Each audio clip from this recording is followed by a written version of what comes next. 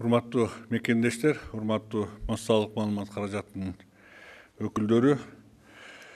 Өзүңүздөр билгендей, COVID-19 пандемиясы бул бир гана мамлекеттин проблемасы эмес. Бүтүн дүйнө жүзүнө жайылган проблема болду.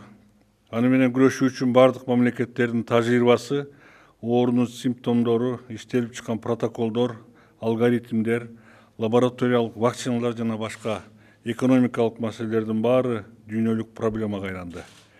Ошондуктан бардык мамлекеттер өз пландарына кескин өзгөртүүлөрдү киргизүүгө аргасыз болууда. Айрыкча акыркы пандемия маалында биздин да элибиздин саламаттыгы үчүн убакытта каражатта баары чакталуу убакта мезгил бизден ыкчам реакция кылып, күтүүсүз толкундарга даяр турууну талап кылууда. Ошондуктан иштер ыкчам кайрадан пландаштырылып жатат. Биздин өкмөт акыркы мезгилде 2 чоң мамлекеттик деңгээлдеги документти кабыл алды. 2020 жылга социалдык стабилдүүлүктү, экономиканын туруктуулугун камсыздоо жана калктын кирешелерин колдоо боюнча өкмөттүн иш аракеттер планы. Бул биринчиси. Экинчиси 2020-2021 жылдын күз-кыш мезгилинде COVID-19 коронавирус пандемиясынын мүмкүн болуучу толкунуна даярдык боюнча иш-чаралар планын кабыл алдык. Буга чейин массалык маалымат каражаттарынан булар туурасында бир-эки маалыматтар берилип жатты, кабарыңыздар бар. Айта кетчү сөз, аталган пландарда президентибиз тараптан 2018 жылдын 31 октябрында бекитилген 2018-2040 жылдары Кыргыз Республикасынын өнүктүрүүнүн улуттук стратегиясынын негизинде иштелип чыккан 5 жылдык пландагы белгиленген максаттарды эске алынды. Ошондой эле жогорудагы аталган 2 план тең ушул дүйнөдөгү глобалдуу максаттардын ишке ашырылышына түздөн түз салым бар болот деп эсептейбиз. Анткени Кыргызстан бүтүн дүйнөнүн бир бөлүгү, андагы өнүктүрүүгө багытталган иштер дүйнөнүн өзгөрүүсүнө барып такалат. Өкмөттүн пландарына белгиленген иштер 2020 жылдын аягына чейин аткарыла турган иш-чаралар. Мен аларга токтоло кетсем, бул биринчиси санариптештирүү иштери боюнча толук уналат. Өзүңүздөр билгендей, президентибиздин 2 жыл катары менен аймактарды өнүктүрүү жана санариптештирүү жылы деп жарыялады. 2020 жылдын аягына чейин пандемияга карабай өкмөт санарип аймак автоматташтырылган маалыматтык системасын толугу менен ишке ашырууну көздөп жатат. Буга чейин баарыбызда маалымат бар.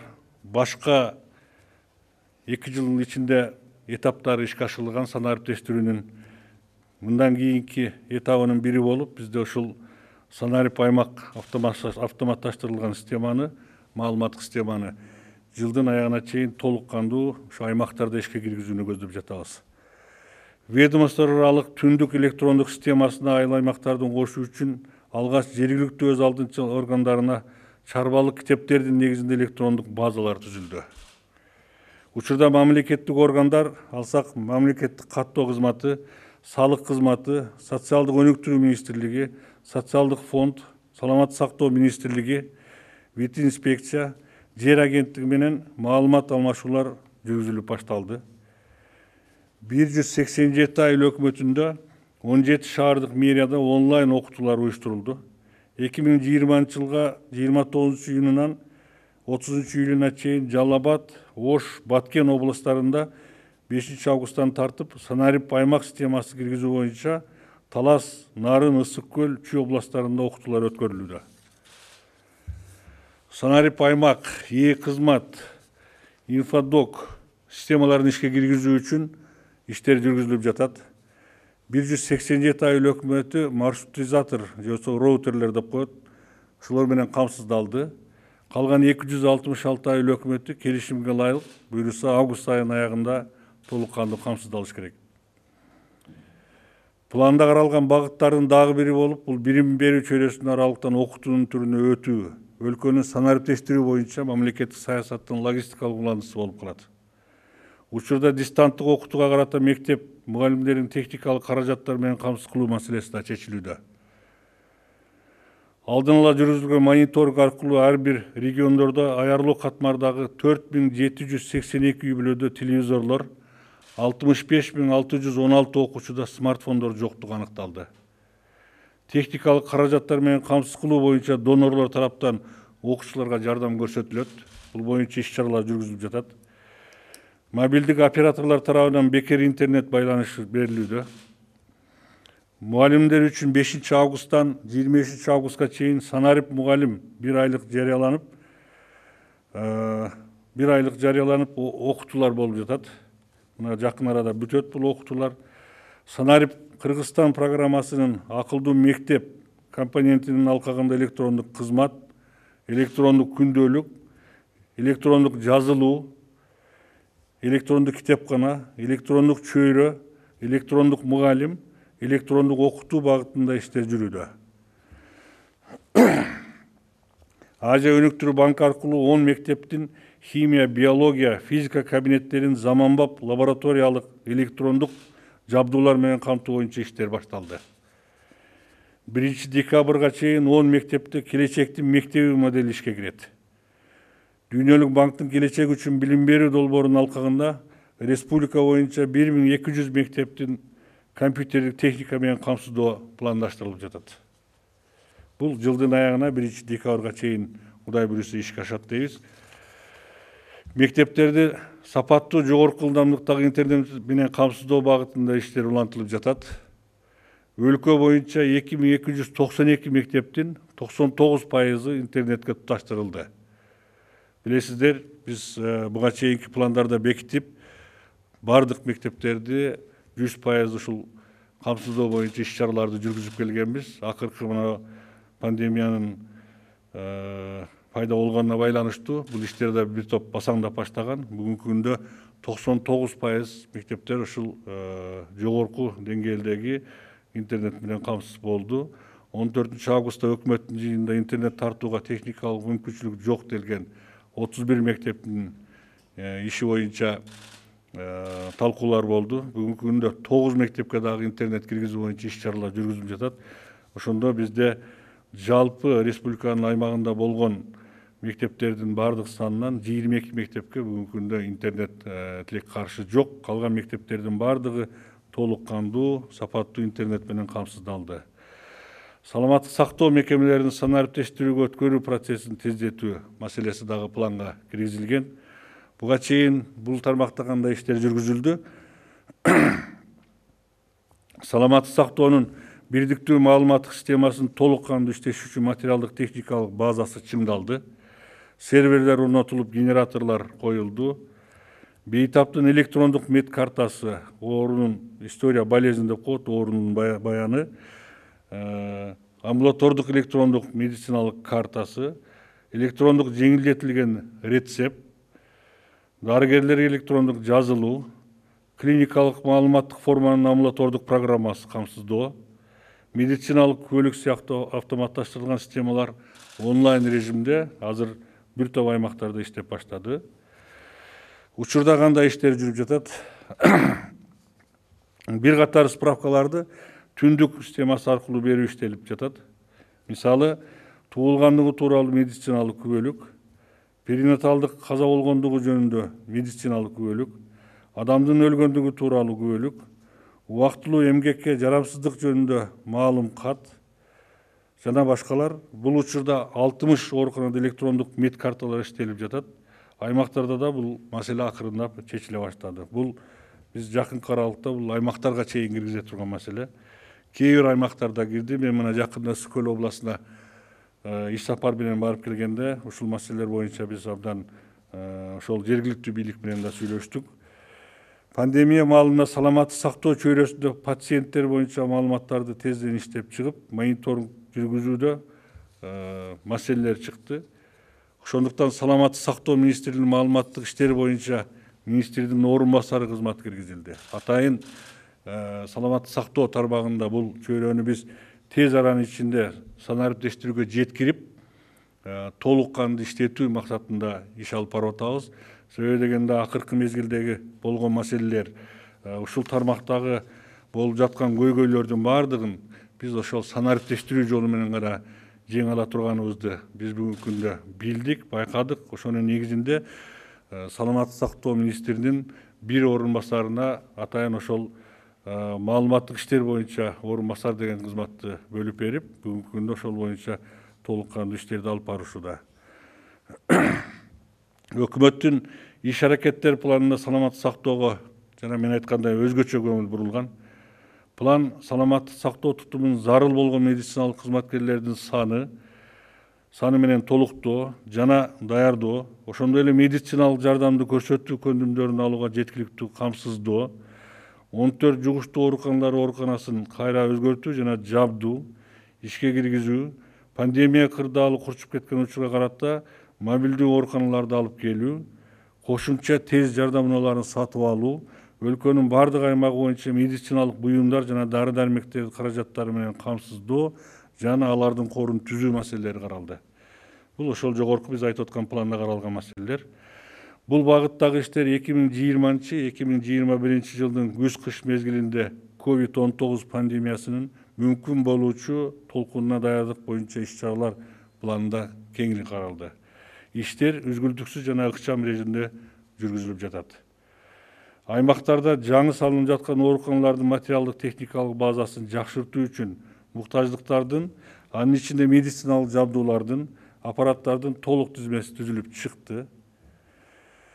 Алар кайдан келет, качан сатып алынат маселелеринин бардыгы иштелип чыккан. Азыркы күндө бул келишимдерди түзүү жана жакын арада тез аранын ичинде ошол ооруканалар оңдолуп түзөлүп, салынып бүткөн убакта ишке киргизген учурда ошол жабдыктар менен толук кандуу жабдылып, тиешелүү штаттар менен жабдылып, толук кандуу биздин элибизге ушул күз-кыш мезгилине чейин кызмат көрсөтүп калууга өткөрүүнүн үстүнөн иштеп жатабыз. Мен ойлойм бул иш-чараны биз толук кандуу жакынкы арада бүтүрөбүз, Кудай буйруса. Андан сырткары планда аймактарды өнүктүрүүгө багытталган долбоорлор толук сакталды. Таза суу, ирригация, ички жолдорду оңдоо сыяктуу долбоорлорду ишке ашыруу үзгүлтүксүз улантылат.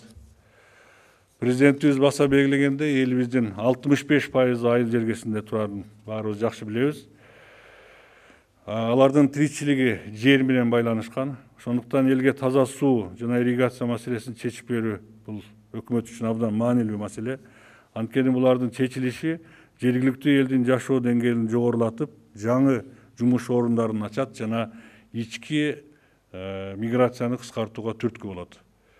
Бул жерде баса белгилеп кетчү маселе бул ошол курулуп жаткан курулуштардын сапаты. Сапат өкмөттүн өзгөчө контролунда турат.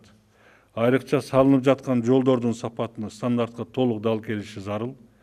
Кандай мамлекет болбосун, экономиканы көтөрүүдө бул жолдордун ролу абдан чоң экенин баарыбыз жакшы билебиз. Ошондуктан айрыкча жолдор, социалдык объекттер, мамлекеттик ошол объекттердин сапатына биз абдан катуу көңүл коюп, ошол жактан катуу мындай талаптарды коюп жатабыз. Урматтуу мекендештер, планда эң чоң багыттардын бири бул экономиканын туруктуулугун камсыздоо маселеси. Реалдуу сектордун ичинде башкы орундардын бири бул айыл чарбасына таандык экен. Баарыбыз жакшы билебиз буну. Республикабыздын айылдык товар өндүрүүчүлөрдү мамлекеттик колдоо максатында айыл чарбасын каржылоо 8 программасы боюнча Айыл банк жана РСК банк жана башка республиканын коммерциялык банктары аркылуу 13 августка карата 9071 чарбалык субъектке 4 миллиард 582 миллион 383 миң сомго жеңилдетилген насиялар берилди. Анын ичинен дыйканчылык боюнча 1240 субъектке, мал чарбасына 7628 субъектке, кластер программасы боюнча 94 субъектке, айыл чарбасын кайра иштетүүгө 98 субъектке, унду кайра иштетүүгө 11 субъектке жеңилдетилген насиялар берилди.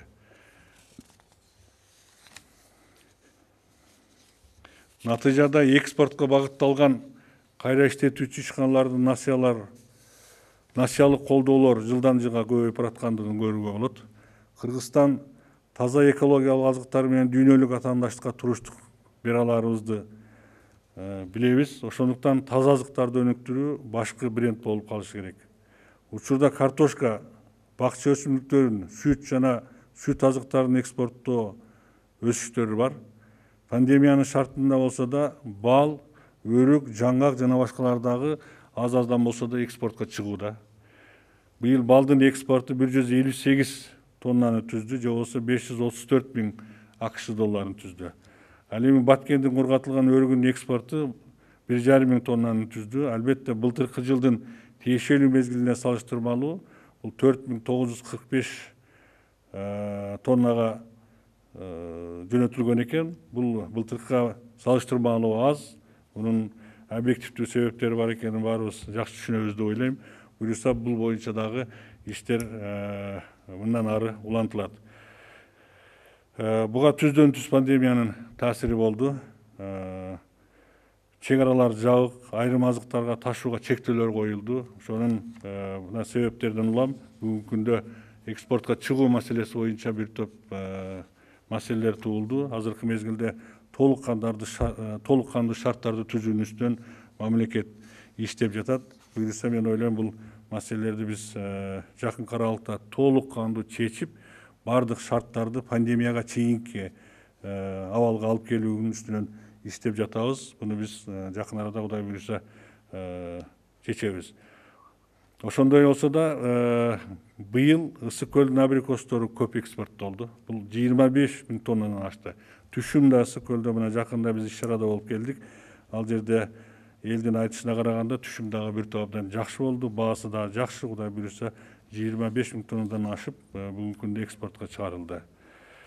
Кийинки маселе COVID-19 пандемиясынын кесепеттерин жабыр таткан жеке ишкерлерге, чакан жана орто ишкердик субъекттерге, ири бизнес субъекттерине мамлекеттик финансылык колдоо көрсөтүү максатында өкмөт тараптан аткарылып жаткан иштерге токтолуп кетсем, 2020 жылдын 9-июнунда биз атайын токтоо менен ишкердик субъекттерди каржылоо программасын бекиткенбиз.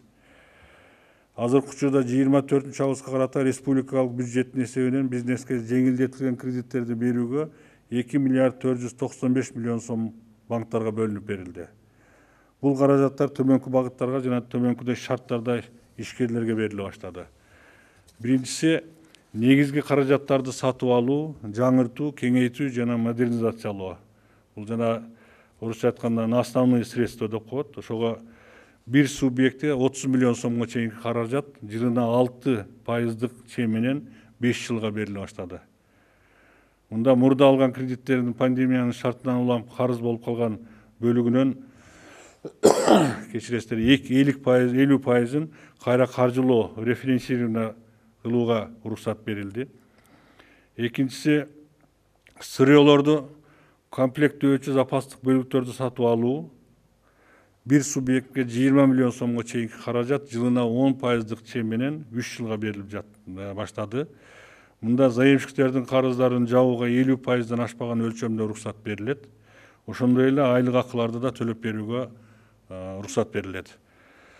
Үчүнчүсү, салыктык процедураларды санариптештирүүнүн компоненттерин колдонгон бардык ишкерлерге бир субъектке 10 миллион сомго чейин каражат жылына 4% чек менен 3 жылдык мөөнөткө берилет. Бул жана биз айтып аткан санариптештирүүгө өткөн ошонун элементтерин киргизген ушул биздин ишкерлерге эң жеңил бүгүнкү күндөгү ушундай кредит берилет. Бул 4% чек менен 3 жылга чейин.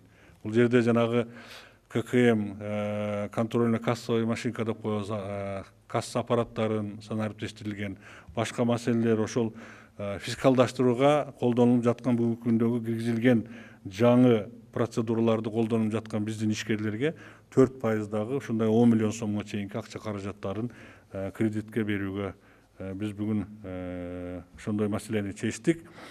Кийинкиси, өнөр жай иштетүүчү жана кайра иштетүүчү ишканалардын кредиттерин кайра каржылоо. Бир субъектке 20 миллион сомго чейин каражат 11% чек менен 3 жылга берилүүдө.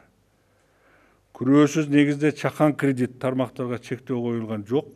Бул чакан кредиттер бир субъектке 150 миң сомго чейин каражат 14% чек менен 1 жылга чейинки мөөнөткө жеңилдетилген кредиттер түрүндө берилет.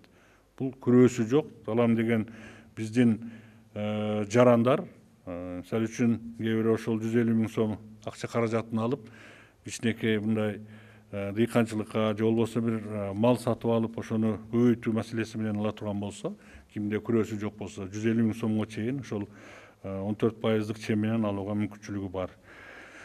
Бүгүнкү күндө 10 коммерциялык банк ушул программанын алкагында иштеп жатат. Алардын аттары массалык маалымат каражаттарында дайыма байма-бай айтылып жатат. Мага келген маалыматтар боюнча аймактардан жеңилдетилген кредиттерди алгандар бүгүнкү күндө көбөйдү. Бул иштер мындан ары да күчөтүлмөкчү. Улуттук статистикалык комитеттин маалыматы боюнча 2020 жылдын биринчи жарым жылдыгында 382.800 адам микрокредит алган. Бул жана биз айткан программа эмес, андан сырткары дагы ошол жанагы микрокредит же болбосо кичинекей кредиттерди алган биздин жарандардын саны 382 миңден ашыптыр. Бул сан өткөн жылдын ушул мезгилине салыштырмалуу дээрлик 100 миң адамга жакын көптүк кылат. Ал эми акчалай суммасы боюнча айта турган болсок, 2019 жылы 13,7 миллиард сомго кредит берилсе, 2020 жылдын ушул мезгилинде элге 16,1 миллиард сомго же болбосо дээрлик 2,5 миллиард сомго көбүрөөк кредит берилген. Региондор боюнча алганда Ош облусу 3,7 миллиард, Жалал Абад 2,6 миллиард, Бишкек 2,3 миллиард, Чүй облусу 2 миллиард, Скөл облусу 1,8 миллиард сомго кредиттер ушул региондордун жарандарына таратылган. 34% айыл чарба багытында кредиттерге, 25,9% керектөөчүлүк потребительский кредиттер, 10,4% соода жана коомдук тамактануу жаатындагы субъекттерге берилген. Тилек каршы, бирок пандемиядан улам микрокредиттердин кайтарымдуулугу мурунку жылдарга салыштырмалуу абдан эле басаңдап кеткен. Бул 90,2% гана түшкөн. Ошондуктан өкмөт ишкердик субъекттерди жогорудагы шарттарды иштеп чыгып, аларга ошол жакшы шарттардагы кредиттерди бөлүп берип, жылдын аягына чейин ишкердик субъекттерге каралган кредиттерди толук кандуу колдонуу максатында иштерди жүргүзүп, анан элибизди дагы биздин ишкерлерибизди ошол кредиттерден пайдаланууга чакырабыз. Айта кетчү нерсе, могул биз акыркы 14 миллиард сомду биздин ишкерлерге деп багыттаган кредиттерди алуу боюнча бүгүнкү күндө иш бир аз басаңыраак жүрүп жатат. Бул биринчиден ушул пандемиянын шарты көпчүлүк ишкерлердин иши токтоп турганына байланыштуу деп ойлойбуз. Мына азыркы мезгилде бир топ абалдагы эпидемиологиялык абал бир топ жакшырганына байланыштуу мен ойлойм бул ушул жылдын аягына чейин биздин максат 14 миллиард сомду өздөштүрүп, биздин ишкерлерге толук кандуу ошол иштерин жүргүзүүгө жардам иретинде берүүгө биз иштерди жүргүзөбүз. Бул иш кийинки 2021 жылы дагы улантылат, Кудай буйруса. Ошол эле мезгилде өкмөт банктар тарабынан кредит берүүдө талаптарды жеңилдетүү боюнча бир катар иштерди аткарды. Негизги маселелердин бири болуп, көйгөй болуп келген, өзүңүздөр жакшы билесиздер. Мына мен 13 августта банктардын жетекчилери менен жолугушуу өткөрдүм. Жеке ишкерлерге банктар тарабынан коюлган негизги 7 талаптын 4 талабын жеңилдеттик. Башкача айтканда, кредит алуучулардын талап кылбай санариптештирүү жана түндүк системасы аркылуу алууну милдеттендирдик.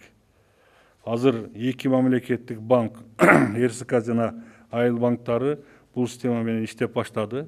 Буюрса мен ойлойм, буну биз мына улуттук банктын дагы жетекчилиги менен сүйлөшүп, бул коммерциялык банктарга дагы ушул талаптарды киргизүү максатында, же болбосо ошолор дагы мен ойлойм ушул маселеге кошулуп, биздин элибизге жеңил, оңой, тез бериле турган кредиттер менен камсыздоо үчүн иштерди баарыбыз чогулап жүргүзөбүз деп ойлойм. Бул анчалык деле мындай кыйын шарттар эмес, бирок ошону бүгүнкү күндөгү санариптештирүүнүн, бүгүнкү күндөгү талаптарды жөнөкөйлөтүүнүн эсебинен ушундай шарттарга жетишүүгө мүмкүнчүлүк болду.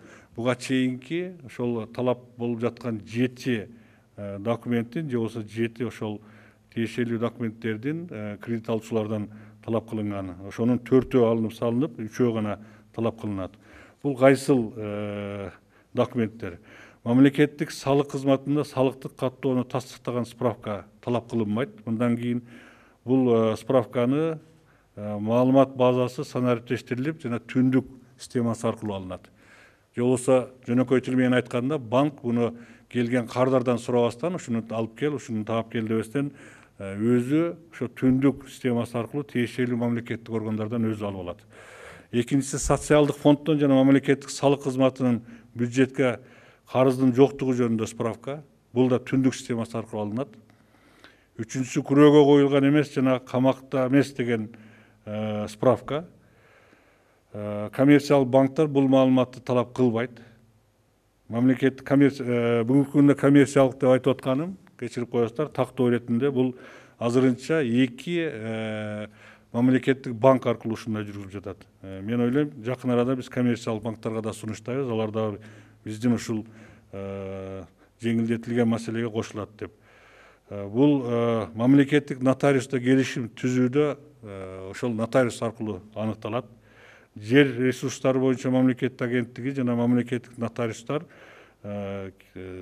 юстиция министрлиги менен келишим түзүлүп, ушул маселени алар кардардан сурабастан өздөрү чече турган маселе жаралды, же болбосо ошол чечилди.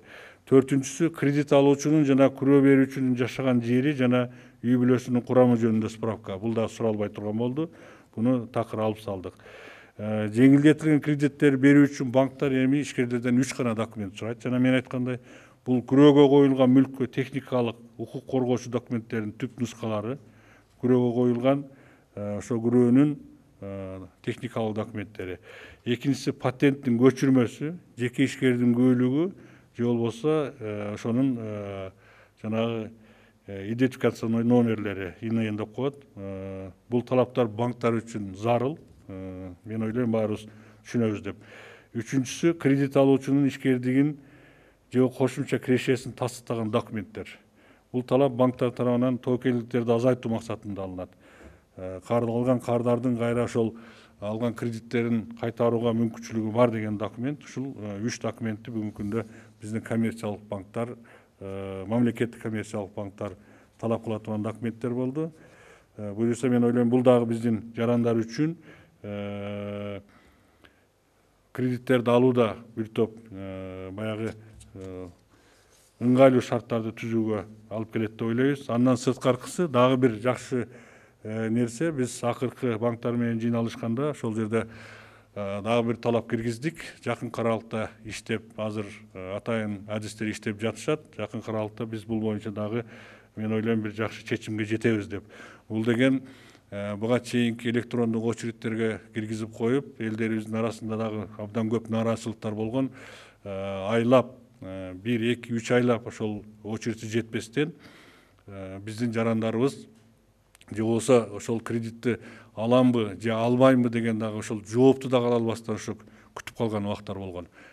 Биз айтып жатабыз, ушул жок дегенде 1-2 жуманын ичинде, максималдуу суроо ошо 1-2 жуманын ичинде биздин жарандарыбыз ошол кредиттерди алабы, албайбы, алса качан ала тургандыгы боюнча маалыматтарды алыш керек. Колдон келсе ошо 1 жумага жеткирген убакыттын ичинде ошол эгерде бардык документтери туура болуп, алууга мүмкүнчүлүгү боло турган биздин кардарларыбыз ошол кредиттерди 1 жуманын ичинде, көп болсо 1-2 жуманын ичинде кредит ала турган биз ошондой мөөнөттөргө талап кылып коюп атабыз. Азыр адистер иштеп чыгып жатышат. Эгер маселе реалдуу боло турган болсо, биз ушул маселени ушул чечүүнүн үстүнөн иштеп жатабыз. Бул дагы, мен ойлойм, биздин кредит алуучуларга тез аранын ичинде ойлогон иш пландарын, жумшай турган акча каражаттары боюнча иштерин ишке ашырууга мүмкүнчүлүк түзөт деп.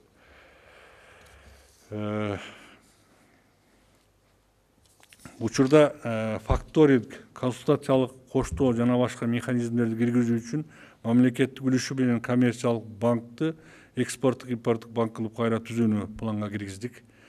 Бул мына биздин урматтуу Сооронбай Башарович президентибиздин демилгеси менен болуп аткан иш-чара. Биз 2 мамлекеттик коммерциялык банктын бири РСК банкынын кайрадан түзүп, иштеп чыгууну пландаштырып, ошол экспорттук импорттук банк кылып түзөлү деген максаттын үстүндө иштеп жатабыз. Максатыбыз ата мекендик экспортчуларды, өзүнүн ишкерлерди колдоо үчүн финансылык механизмдерди киргизүү болуп саналат. Бул жерде дагы, эгерде биз банкта ошондой шарт көткөрө турган болсок, биздин экспорттук багытта иштеп жаткан ишкерлерибизди бир топ финансылык жактан колдоо иштери колго алынат, Кудай буюрса. Биз ата мекенди өндүрүүчүлөргө, айрыкча өнөр жай ишканаларыбызга, ошондой эле өлкөдөгү инвестициялык климатка колдоо көрсөтүү боюнча кураторлук механизмдерди киргизүүнү максат кылып койдук. Бул боюнча бүгүн биз атайын өкмөттүн жыйынын өткөрүп, ошол жерде талкуулап, пландарды бекиттик. Кудай буюрса биз ушул кураторлук механизмдерди киргизүү жолу менен биздин буга чейинки илең салаң иштеп жаткан, же болбосо кичине түрткү берип, маселелерин жанагындай бюрократиялык механизмдерден өткөрүүгө жардам берип, түрткүлөп койсок, иштеп кете турган акционердик коомдор, мамлекеттик ишканалар, ошондой эле кайсы бир мындай багыты же болбосо ошонун баягы форма собственность деп коет. Ошого карабастан бул частный болобу же мамлекеттик болобу, ушундай мамлекетке, бюджетке пайда алып келе турган, ошондой эле элибизге баягы жумушчу орундарды түзө турган ишканаларды бүгүнкү күндө кыйынчылыкка дуушар болуп турган, ошолордун тизмесин тактап чыктык. Бүгүнкү күндө бардыгы болуп бир 40ка жакын ишкананы биринчи этап менен биз киргизип жатабыз. Бул жерде 30га жакын ошондой акционердик коомдор, мамлекеттик ишканалар жана бул жеке ишкерлердин ишканалары бүгүнкү күндө иштей албай, кайсы бир чиновничий мындай бюрократиянын же болбосо болбой эле турган кичинекей булар бир тоскоолдуктардын айынан толук кандуу иштей албай аткан ушундай ишканаларды ишке киргизүү максатында, ошого жардам берүү максатында ушундай куратордук механизмдерди киргиздик. Андан сырткары 10га жакын биздин мамлекеттеги инвестициялык проекттерди киргиздик. Буюрса биз алардын тизмесинин бардыгын жакын күндөрү, 1-2 күндө жарыялайбыз. Бүгүн мен аны бекитип бердим. Бул жерде механизм мындай болмокчу. Ар бир өкмөт мүчөсү негизги ишинен сырткары дагы ушундай бир ишкананын үстүнөн кураторлукту алат. Кураторлук десе аны текшерип, же болбосо анын үстүнө барып отуруп, кандайдыр бир буйруктарды же болбосо ошолорго иштетүү механизмдерин киргизүү максат эмес, ал жердеги ошол ишкананын болуп жаткан көйгөйүн чечүү максатында. Биз мына бүгүн чогулдук, бардыгына тапшырма берилди. Кийинки жуманын ушул күнү Кудай буюрса кайра чогулабыз дагы. Биз ошол министрлердин, мамлекеттик органдардын башчыларынын иш пландарын көрүп, ошол иш пландардын негизинде ар бир ишканага ошол туруп калган, кыйналып аткан, иштей албай аткан, кээ бирөөнүн кредит маселеси, кээ бирөөнүн башка бир салык маселеси, кээ бирөөнүн ошого окшогон маселелерин чечүү боюнча ошол өкмөт мүчөсү же болбосо ошол биздин мамлекеттик деңгээлдеги биздин жетекчилер өзүнүн иш планын алып келишет, ошону бекитип, андан ары жума сайын биз ошолордон сурап, тез аранын ичинде ушул жогоруда айтылган ишканаларды ишке киргизип, толук кандуу иштөөсүнө шарт түзүп берүү максатында киргиздик. Буну же болбосо жөнөкөй тил менен айткандай, ушул ишканаларды ишке киргизүү маселеси бул ручной режимге өтөт. Ручной режимге өткөрүлүп, ошол тынымсыз көзөмөлдөө болуп, тынымсыз ошол ишкананын жетекчиси менен катар эле өкмөт мүчөсүнөн суралып турат.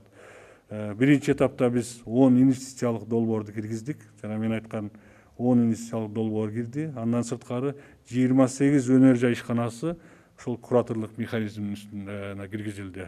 Же болбосо ошол ишканаларда болгон маселе 28 ишкана бүгүнкү күндө биз тез аранын ичинде 28 ишкананы ишке киргизип, бүгүнкү күндөгү өкмөттөгү, мамлекеттеги, бюджеттеги, экономикадагы болуп жаткан кээ бир маселелерди чечүү эң негизги максат ушул туруп калган, иштөөгө мүмкүнчүлүгү бар ишканаларды тез арада ишке киргизүү максаты.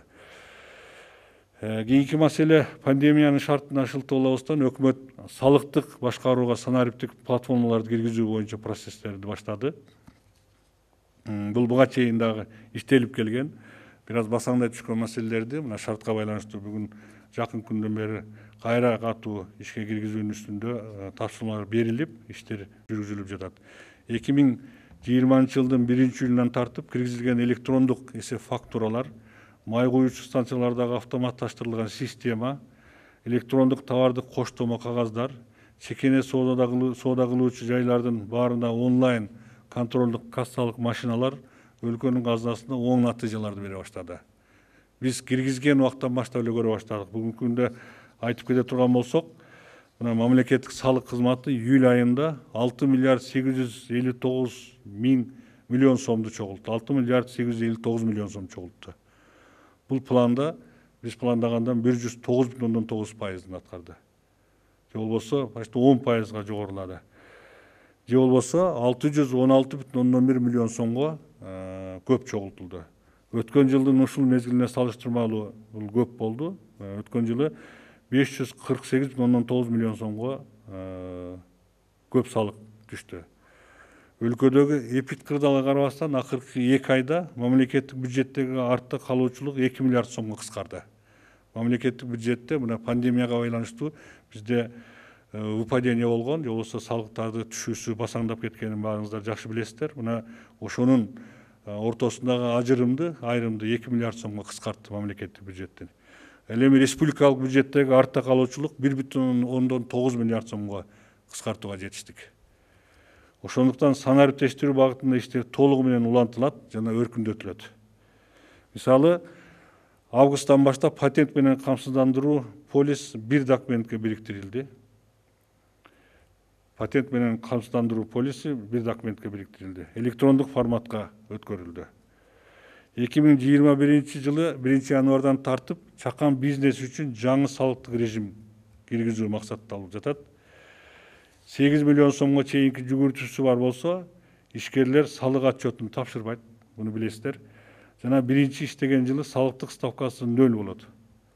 Бул алар үчүн чоң колдоо болот деп ойлойбуз. Бардык ишкерлер үчүн бирдиктүү салыктык декларацияны толтуруу системасы жөнөкөйлөштүрүлөт. Товарлардын импорттук процедураларын жөнөкөйлөштүрүү үчүн электрондук декларациялоо механизмдери киргизилет. Ушуга окшогон жана башка дагы бир топ биздин максаттагы пландалган жумуштарыбыз бар. Мен толук ишенип турам, бүгүнкү күндө Кудай буйруса ушуларды биз тез аранын ичинде, максималдуу түрдө тез аранын ичинде киргизүүнүн аракетинде иштейбиз.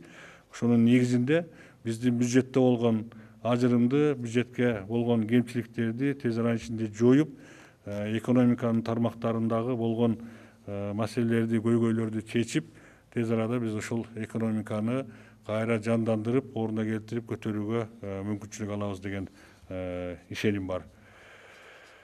Премьер-министрдин алдындагы бизнес жана инвестицияларды өнүктүрүү боюнча кеңеш аркылуу бизнес менен жакындан кызматташуу маселеси дайыма өкмөттүн иш-чараларынын бири болуп эсептелинет. Бул аянтчада өкмөт менен ишкердик субъекттердин эффективдүү жана конструктивдүү диалогун жүргүзүүчү активдүү жана ыңгайлуу форматына айланды деп ойлойм.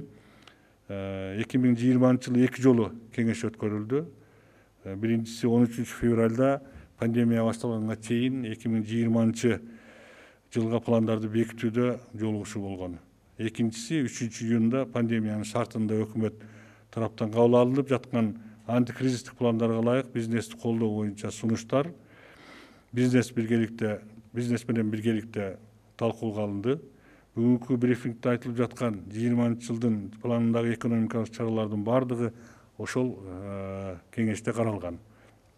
Ушул жуманын ичинде биз 3-чү отурумду өткөрөбүз. Анда да бир катар маселелер көтөрүлөт. Бул мамлекеттик салык кызматынын COVID-19 вирусунун жайылышына байланыштуу кризистин кесепеттерин жоюу боюнча көрүлүп жаткан иш-чаралары жөнүндө, ишкердик субъекттерди текшерүүгө киргизилген убактылуу тыюу салууларды, киргизилген мораторийлерди кеңейтүү боюнча, же болбосо билесиздер, буга чейин 2 жылдык мораторий бар болчу, ошолордун дагы шартын кеңейтип, дагы баягы мөөнөттөрүн узартуу боюнча маселелерди дагы карайбыз. Эскерте кетчү сөз, мындан кийин дагы жаңы шарт укук коргоо органдарынын суроо талаптары боюнча эсептөө палатасы ишкерлерди текшерүүгө кирбейт. Пландан тышкары текшерүүлөр бир гана президенттин, өкмөттүн жана жогорку кеңештин гана тапшырмасы менен жүргүзүлөт. Бул боюнча өкмөт жана эсептөө палатасы менен биргеликте мыйзам долбоору өзгөртүү киргизилип белгиленген. Мыйзамга президентибиз тарабынан 12 августта кол коюлганын белгилеп кетемин. Мына 12 августта ушул мыйзам долбоору ишке кол коюлуп ишке киргизилди. Азыр ушул мыйзам долбооруна ылайыктуу подзаконный нормативдик документтердин баардыгы даярдалып жатат. Мындан кийин Кудай буюрса ишкерлерди эсептөө палатасы укук коргоо органдарынын талабы менен барып текшерүүгө акысы жок болот. Бул жана мен айткандай 3 гана биринчиси президентибиздин тапшырмасы, экинчиси өкмөттүн жана жогорку кеңештин тапшырмасы менен гана барып текшерүүгө ушундай мыйзам жол берет. Кыскача ушундай, урматтуу мекендештер, мамлекеттин өнүгүшү үчүн бизнес менен тынымсыз иш алып баруубуз зарыл экенин биз жакшы түшүнөбүз. Алардын үнүн угуп, тийиштүү чечимдердин кабыл алынышы эки тарапка тең пайдалуу деп ишенем. Өкмөт бизнести дайым угууга даяр. Ошентсе да кандай болгон күндө да азырынча мына пандемия абалы дүйнөдө жакшырганга чейин аймактарды ишке киргизилип жаткан субъекттерде санитардык эпидемиологиялык нормаларын сакталышын камсыз кылуу зарыл. Баарыңыздардан санитардык эпидемиологиялык эрежелерди сактап турууга чакырабыз. Эл көп чогулган жерлерге барууда социалдык дистанцияны карманыңыздар. Башкысы ден соолук, адамдын өмүрү бизге эң негизги байлык экенин эсибизден чыгарбасак. Кыскача маалымат ушундай. Урматтуу мекендештер, урматтуу массалык маалымат каражатынын өкүлдөрү, көңүл бурганыңыздарга чоң рахмат.